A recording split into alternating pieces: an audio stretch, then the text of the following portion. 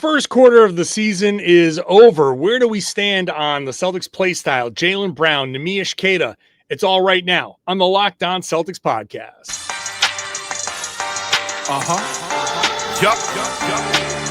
Beantown, be ever ready.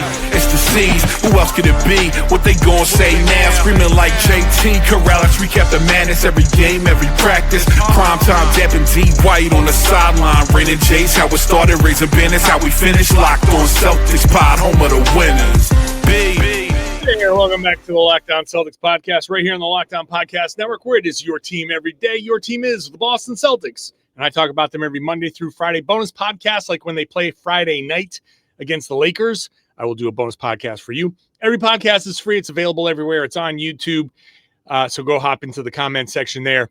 Join your fellow everydayers, the people with me every Monday through Friday, and have a fun conversation there. If you're new to the show, I'm John Karalis, beat writer for Boston Sports Journal, covering the Celtics in some form for 20 years and doing this podcast for 10. I've also written a couple of books about the team. Today's show is brought to you by FanDuel.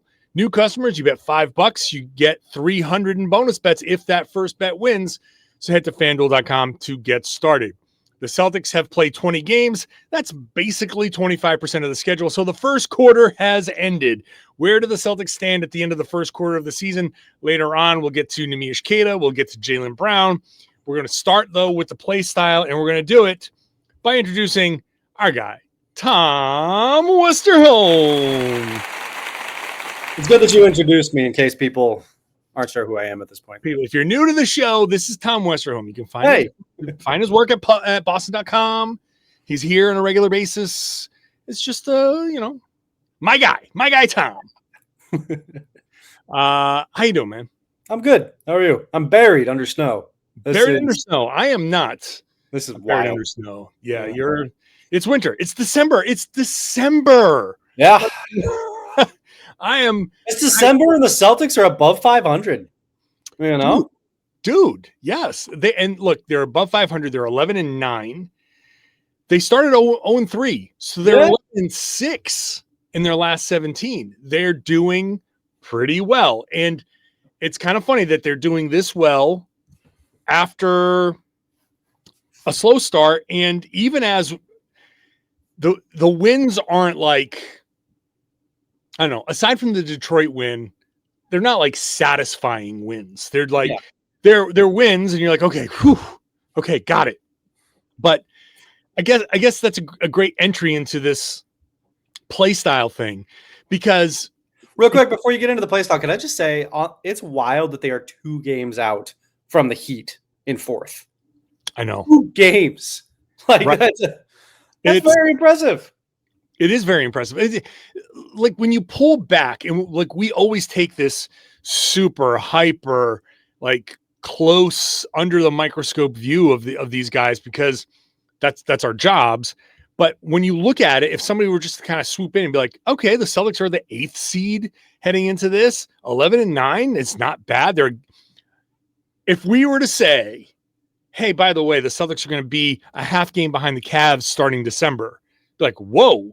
Now, you might have thought, how did they get to the 2 seed?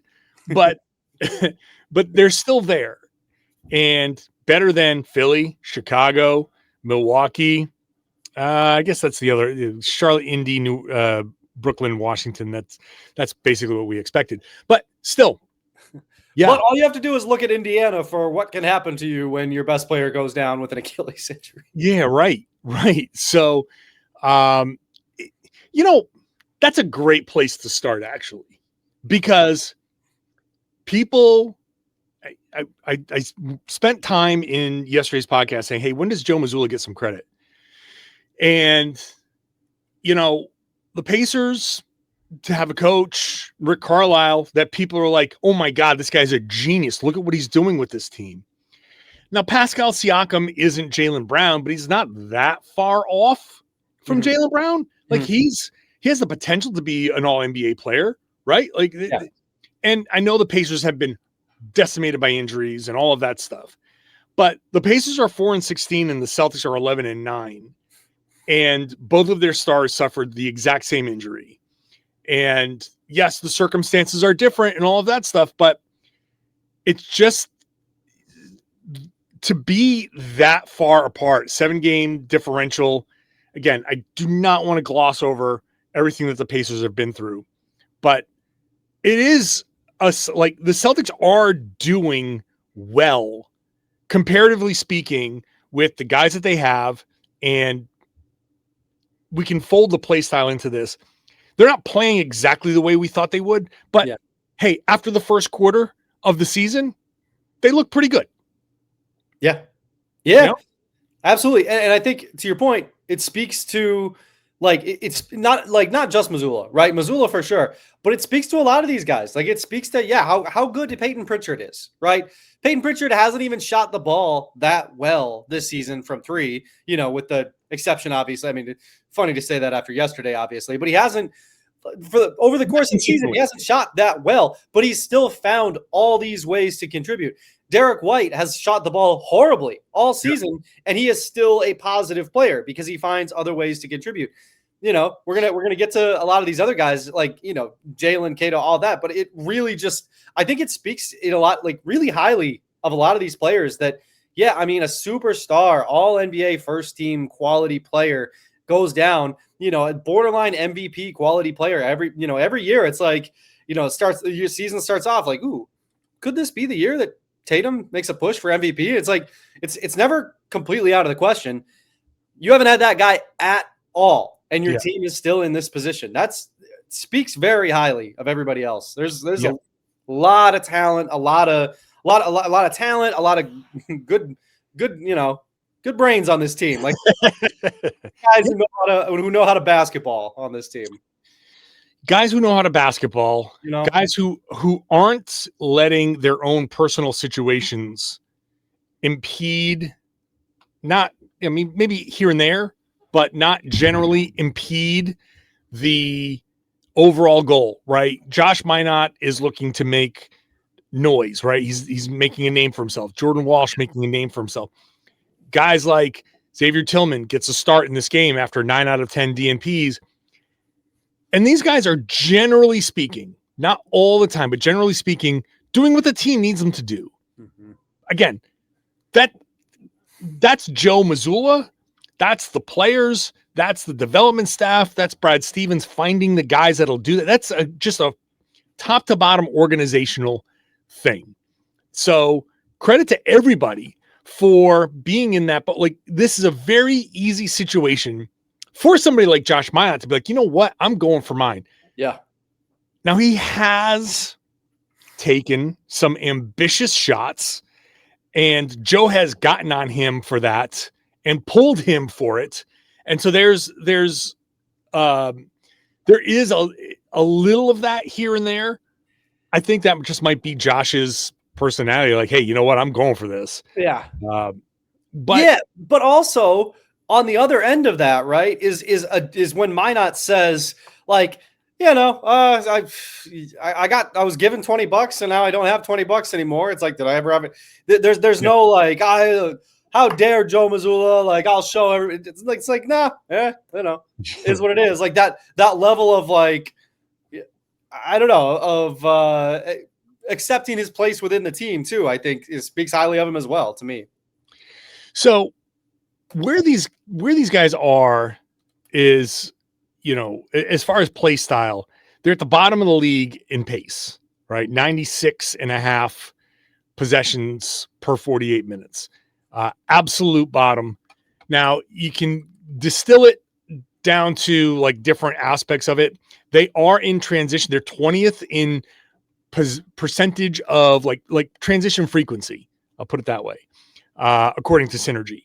So they're not playing fast, but they're not as slow as the pace number would seem.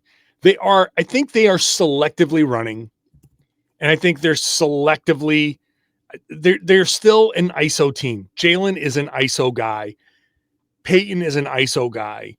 And I think one of the things from the preseason to the end of the first quarter is we were promised a fast team. We're not getting a fast team. This is a slow team overall but within the slowness, there are pockets of fast. And I think that's how this team is going to be. There isn't a track meet in there consistently waiting to happen. They are just going to be a slow team that runs on occasion. So that's as far as my overall offensive takeaway, that's my big takeaway from the beginning of the season. Yeah. I don't know if you want to go to break here. I can hold my take if you need me to. Yeah, hold your take. I got it. It's right here. Hold your take. Hold it. You got it? I got it. We'll get to it when we come back. That Tom Westerholm, he's a pro. Today's show is brought to you by FanDuel. We are in the midst of football season. We're recording this before the Patriots play the Giants on Monday night. And hey, these games move fast. One play can change everything. You're not just watching the game, you're reacting to it in real time. And with FanDuel, you can place bets as the action unfolds, every drive, every momentum swing, every highlight moment. Live betting can, it's best when the game starts to shift. A receiver gets hot, a quarterback gets hot, defense tightens up. FanDuel lets you jump into the moment. You got live spreads, you got money lines that adjust instantly, player props updates as guys heat up. You can bet the next touchdown. You can bet drive results, totals. You can lock into every snap, every drive, every possibility. If you want to get into the middle of the action right now, you get to FanDuel.com, place your NFL live bets all season long. When you sign up, it's going to ask you to set a limit, set a budget. Please do that. That allows you to gamble responsibly. You can do what you want with your money, but if you want to do it at FanDuel, gamble responsibly, set your limit, whatever you can afford to lose. If you hit a cold streak, they'll stop you. You come back when you replenish your funds. That's the easy way to do it. Game moves fast, and so can you at FanDuel. Thank you for making Locked On Celtics the number one Celtics podcast on the planet. It's also part of the number one sports podcast network. Locked On Podcast Network is number one in sports podcasting. Thank you all for making this the number one show and number one network. Check out Locked On NBA Game Night. I will be hosting tonight. We're doing this before all the games, so I will be hosting tonight's, the Tuesday show, every game covered in the association. So check out Locked On NBA Game Night. It's on the Locked On NBA feed, wherever you get this podcast. All right, Tom has been holding his take. Go. I was muted. Okay. It was, I'm just that guy with the veins popping out of his head. So first of all, I think it's worth saying, which, you hinted at, they are up some in transition this year, right? Like last year, it's about, according to Synergy, it's like I think it's like 1 percentage point up right there. I think they were like 16% of their possessions were transition last year, 17 this year. That's right. Compared to the rest of the league, it's actually pretty significant. Last year, they were in like the 7th percentile, basically, and now they're in the 40th. So it's like they are playing somewhat faster, right? I think the interesting thing, and you touched on this too, is that this, like the fact that they were like, we're going to play faster. Okay, but you have a lot of guys who are really good at half-court offense, right? Mm-hmm. Like, so I do think that we're seeing more transition. We are seeing them push the pace a little bit more, especially when they play small. We are seeing moments where it feels very intentional that they're like, wait a minute, no, I'm pushing. There's like moments that like feel notable, especially compared to last year. But this is a team where, okay, their best player is one of the best isolation scorers in the NBA right now. Like Jaylen is as good as it gets. He is, scoring in isolation at a level that like a lot of people make 3-pointers at in terms of points per possession, right? Yeah. And Payton Pritchard is really good at isolation. The team as a whole is, I just looked this up.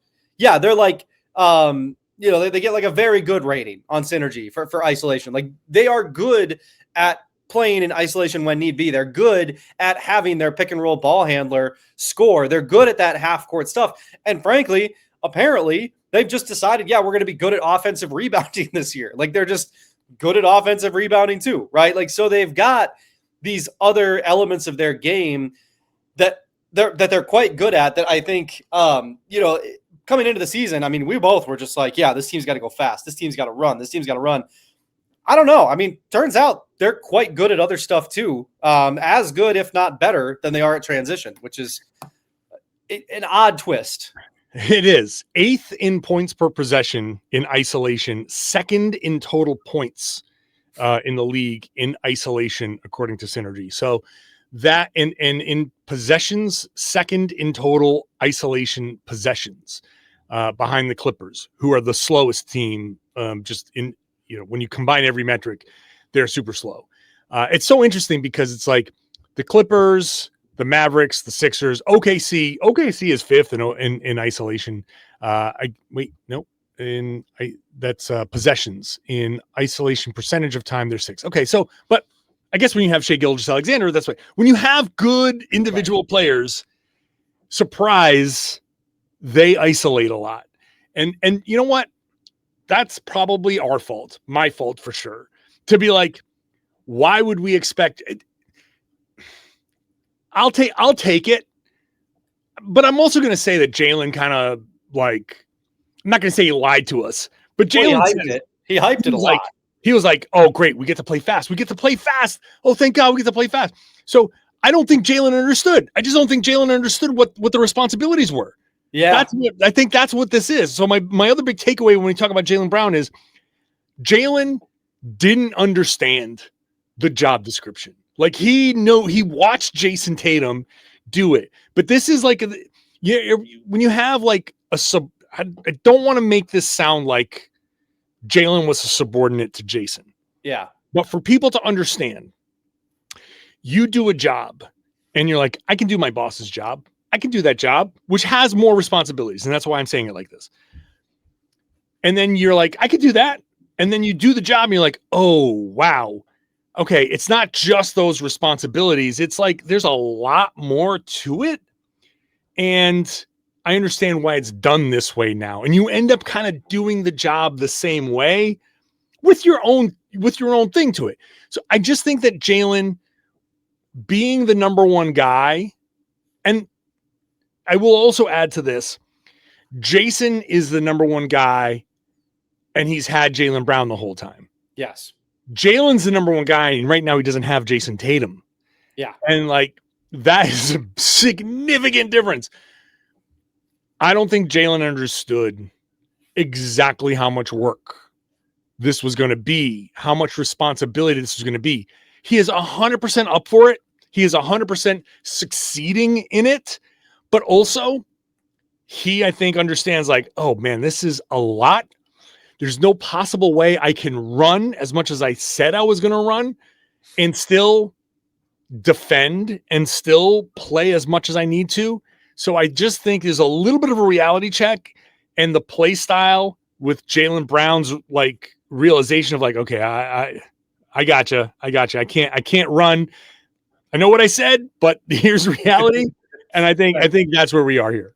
Well, and it's funny, right? Because if anybody was going to be able to physically pull that off, if anybody could train in a summer to be ready to run as much as Jaylen Brown would have had to run, it would be Jaylen Brown, right? Like, right. Nobody else is at the bottom of that pool drowning themselves so that they're ready for the NBA season. You know what I mean? Like, yeah. So I mean, yeah, definitely. You would need to race greyhounds and cheetahs every day to play as fast as he needs to play to live up to what he needed to live up to his promise and do everything that he still needs to do here. Headline: Jaylen Brown mauled by cheetah as he attempts to prepare for the 2026. The greyhounds would have saved him. Sure. Yeah. So, like, I think I think you're absolutely right about all that. I think that it's also kind of funny, right? Because it's like when we were coming into the season, we were like, well, I mean, I don't think it was ridiculous for us to think that the absence of Jayson Tatum would speed the Celtics up.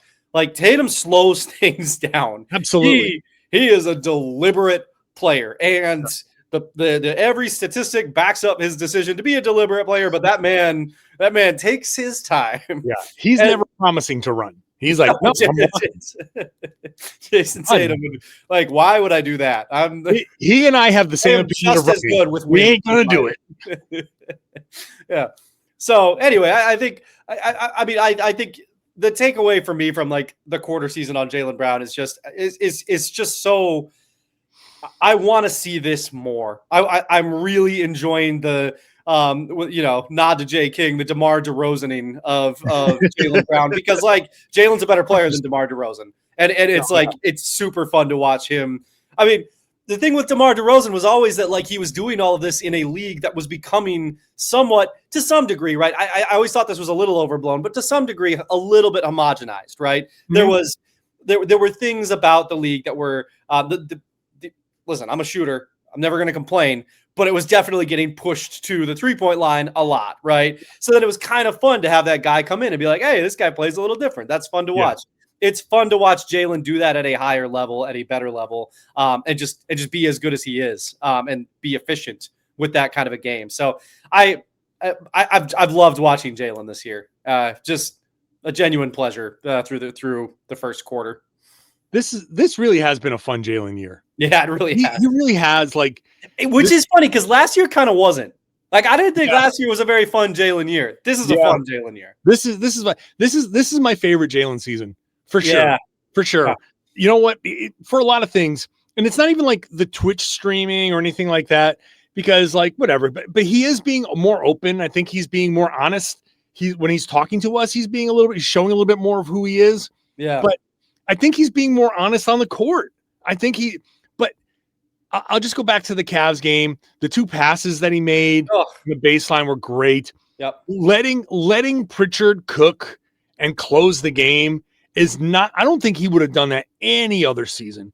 I think every other season. I'm not sure Jayson Tatum would have done that. Not to make this some kind of referendum. I don't think Jayson Tatum would do that. No, you're right. I think you're right. I think it would have been like, hey, this is my turn, buddy. Yeah, you did great. You did great, Payton. Look, 34 is a really nice number for you. I got it from here. I got it. Thank you. Yeah. But in that situation, under that pressure defense, like that was Payton has the best handle. Payton has the best free throw percentage. Payton's cooking. Like he's ticking all the boxes right there. It's like, you know what? You go ahead. You got it. And they won. And they won because of that.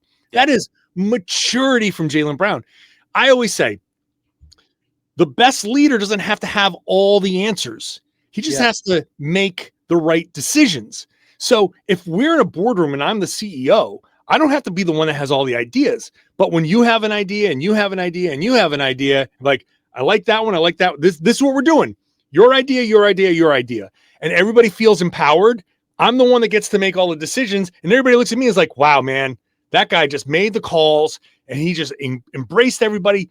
Boom. I am following that dude off a cliff. Mm-hmm. Jaylen Brown, like that's leadership. That's the most leadership that he has shown. More than any words that he can say, more than anything else. Like that right there, it's like, man, that's a mature leader right there. And that is super impressive. This is like absolutely the best Jaylen Brown has been. And you know what? He's 29 years old. Yeah. This is what you're supposed to do. Yeah.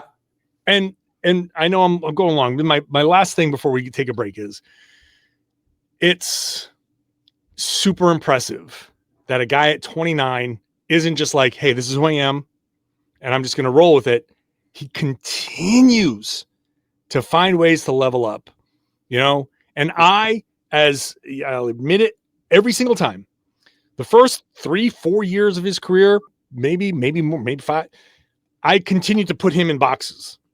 Like, this is it. At one point, I was like, no, Jaylen Brown is a 3-and-D guy who shoots corner threes. Perfect. That's all we need him to be. And at some point, I was like, okay, this guy just keeps getting so much better and better and better. I got to shut up and just let him keep getting better and better and better. So I didn't put any expectations on him this season. And I'm glad I didn't, because he is just hitting another level. Dude is hitting 55% on step back 3-pointers. He's been no better than 38% in his previous 4 seasons. And now, I'm sorry, step back jumpers, not 3-pointers. All step back jumpers, 55% on step backs. After being 38%, no better than 38%, sometimes down to 31%. He just keeps getting better, smarter, just incredible. Just top-notch Jaylen season, all NBA season. below Austin Reeves on the NBA's MVP chart, though. So, let's. Well, yeah, of course that makes perfect sense. Of course, it makes perfect sense. So, yeah. God. Okay. Nimi and the Celtics not tanking. Other takes from from the first quarter of the season coming up next. Today's show is brought to you by Prize Picks. Holiday season, one of the best times for sports. You got bowl games, big basketball matchups, playoff pushes. It's all happening at the same time. This really is a great time of year, and we're all making choices every day. One of the most fun places to be right is Prize Picks. You pick more or less on at least two player projections. You lock in your lineup, and you're in the game. Super simple. It's available in 45 states, including California, Texas, Florida, and Georgia. They have an extra layer of excitement for the holiday sports schedule. You create up a lineup in less than a minute, and the app makes the whole process smooth and intuitive. They have a new stacks feature, which lets you choose the same player up to 3 different times. So you can take Drake Mays, quarterback passing yards, touchdowns, rushing yards. You got deposits and withdrawals made super easy, which keeps the game flowing. This is great. You just be right. Be right. I love being right. And you get paid for it. Download the Prize Picks app today and use the code LOCKEDONNBA. You get $50 in lineups after you play your first $5 lineup. That's code LOCKEDONNBA to get $50 in lineups after you play your first $5 lineup. Prize Picks. It's good to be right. Thank you for making Locked On Celtics your first listen every day. Go check out Locked On Fantasy Basketball. Josh Lloyd has the best Locked On Fantasy Basketball podcast, man. That thing is the number one podcast for fantasy basketball everywhere. It's on the Locked On Podcast Network, the number one sports podcasting network on the planet. Find it where you found us. All right, Tom, your contribution to the bullet points here on the side, you made sure we got to talk about them not tanking. And I think Neemias Queta has a part in that. So we can kind of roll that into things because Nimi has been much better than I expected. 100%. I still think he's benefiting from Jaylen. He's still benefiting from a lot of look at the beginning of that Cavs game. The Celtics went out to a huge run, and that's typically when Nimi subs out. So he doesn't get the downside. I'm not saying that he's not a positive for this team because he absolutely is. I'm looking at the on-off on cleaning the glass. It's plus 22.5. It's really obscene. Yeah. He is 100% benefiting from Jaylen in the hot starts. The Celtics have typically gone off to hot starts. And again, he's not on the floor for some of the we're leveling off and we're losing the lead and all of that stuff. But he's been playing great. He's made a difference. And he has made it impossible for the Celtics to tank because he is providing the Celtics that front court presence that we didn't think that they were going to have.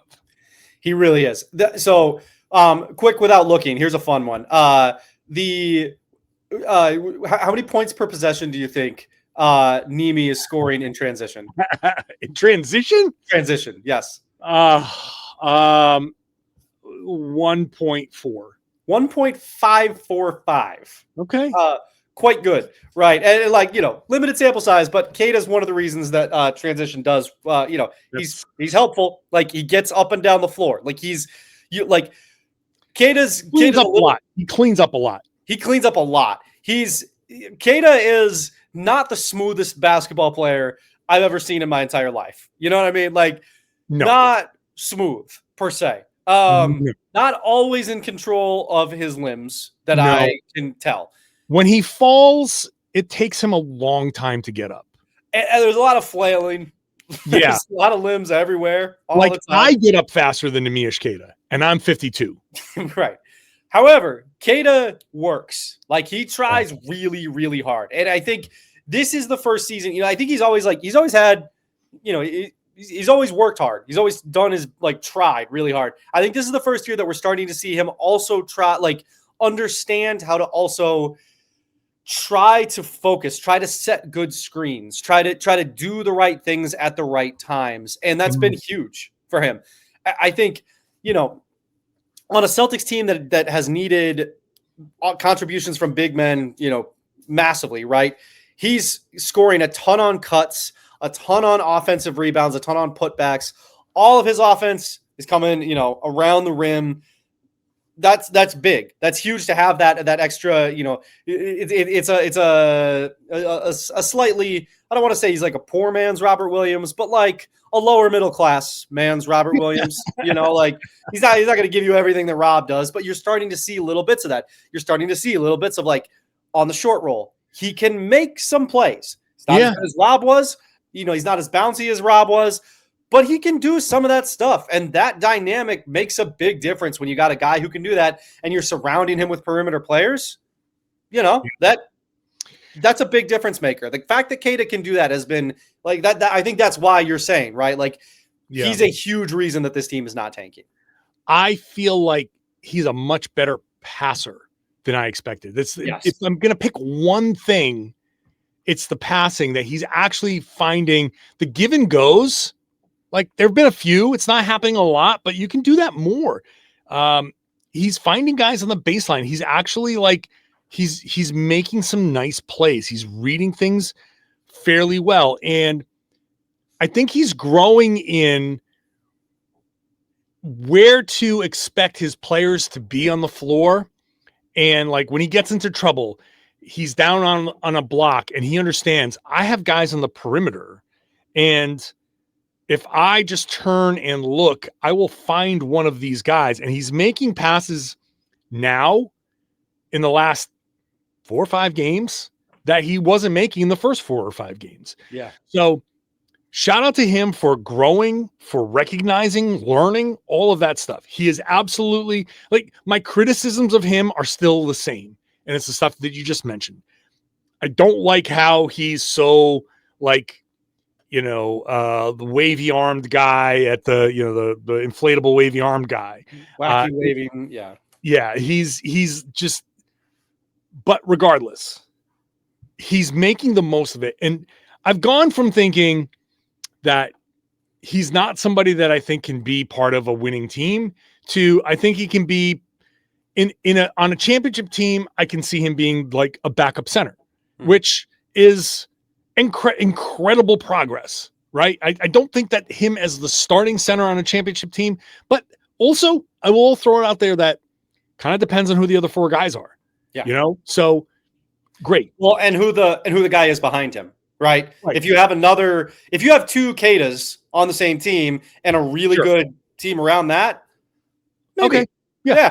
Talk to me about it. I'm interested. It's not out of the question. It's not out of the question. And before we wrap it up, we can't get this far without saying, you know, Jordan Walsh has really shown himself to be really good. Now, I don't know when we're talking about first quarter determinations, I'm not ready to make the determination yet, but Jordan has shown plenty, you know, his on off, according to Cleaning the Glasses, is above Pritchard's at plus 5.3. So it's not in like it's in 295 minutes as opposed to Pritchard's 644. Yeah. So he's not getting a ton, but he has a positive impact. And that's impressive. Josh Minot has gone to a negative, so I don't know. I kind of still not 100% sure on where he's going to land. I'm not sure on Anthony Simons. Like this is the second quarter now. So we're going to see, like, maybe this is Anthony's time. Second quarter, he's got to learn to be more aggressive. And a lot of these other guys still have a lot to figure out. It's still very early in the season. We don't say a game is over in the first quarter. So we don't say the season is determined in the first quarter of the season. But of the rest of the guys, I think Jordan has separated himself a little bit. Yeah. I mean, as one of the early Jordan Walsh adopters, in how much of a Marcus Smart vibe did you get from him? Not just tying up Jaden McDaniel DeAndre Hunter under the basket, but just literally ripping it away from him. Like the ball wasn't even that available to him, and he was just like, "No, that's mine now. I got it. Thank you. Thank you." Let me just get that. Yeah, that very was Marcus Smartish. I'm loving the Marcus Smart essence that we're getting from Jordan Walsh. I hope it continues. I hope it continues because that's the type of guy. Like, it's funny because I remember you earlier this season saying Josh Minot is everything the Celtics hoped Jordan Walsh would be. Yeah. And like literally after you said that, Jordan Walsh kind of was, it's almost as if he heard it. It was like, oh, okay, I get it now. Yeah. And then like, and then it's just better. It's like the next game, he was like, oh, I'm just going to do all this stuff better than Josh has been doing. Yes, exactly. Yeah. It's incredible. I've never seen it flip like that. So credit to Jordan because at the beginning of the season, Credit to me. Credit to Tom Westerholm. I did this. Thank you. So, all right. We'll see where the Celtics end up, but 11-9, but 11-6 since the 0-3 start. And that is, we're not overlooking the 0-3 start, but they have since then gone on a little run. 11-6. That's meaningful. That means something. The East is completely wide open, and so it really is. Part of all of this is like maybe we overestimated how good Cleveland would be. Cleveland, side note, to hear guys in the locker room being like, "Yeah, we're not that hungry." Like, oof, that's bad. Imagine you spent that much money on that roster, and you hear guys being like, "Yeah, we're not that hungry." Yeah, we're man enough. Can you imagine if like Xavier Tillman or somebody said that about the Celtics, like we were just not hungry enough? Can you imagine what this podcast would be? Oh my gosh. Like, oh my God, to say they're not hungry enough, you're the what? So that's going to be interesting. That's a whole other podcast. But the Knicks, I don't know what the Knicks are going to be. And then like Detroit's at the top, but they're new there. The Raptors are kind of playing over their heads. The Heat are playing a type of offense that's like, this is fun, but is it sustainable? There's so many questions in the East. Atlanta's going to get Trae Young back at some point in a couple of weeks, which means they're going to drop off. And like, you just don't know where this East is going to be. So you sneak in the little pow. So I'm going to end with saying this. I said at the beginning of the season, the Celtics are going to be a 44-win team. At the end of the first quarter of the season, because it's 82 games, so you're going to get a clean quarter. They have 11 wins. 11 times 4 is 44, and you got 2 games of like, maybe you get to 45, 46, but they're on a pace to win those 44 games. Yeah. And that in this Eastern Conference, that should be enough to get you into that top 6. It should be enough to get you into that top 6. And so they are definitely not tanking. They are on a pace to get just a playoff spot. No plan, no nothing. We haven't even factored in the wild. What if Jayson Tatum comes back and actually plays well? And I'm not even going to entertain it. Yep. I'm not even going to entertain it right now. Not at minute 38. Nope. I thought you were going to say, I'll end with this. Trae Young stinks. I thought that's how you're going to end the pod. I like that though. That's where that is where we'll end the pod. All right. All right, Tom. Thank you for that. Yeah. I appreciate you for just what? Like finishing each other's sentences. So thank you for listening. Thank you for watching. I do appreciate you being here, being an everydayer. If you're not an everydayer, subscribe so you can be here every Monday through Friday. Bonus podcast when they play on Fridays or Saturdays. This Friday they play the Lakers. I don't know how that's going to go, but I will be at the Garden. I will be podcasting after that for you. So subscribe, get into the comment section on YouTube, share the podcast, tell everybody they should be listening to and watching the Locked On Celtics podcast here on the Locked On Podcast Network. It's your team every day.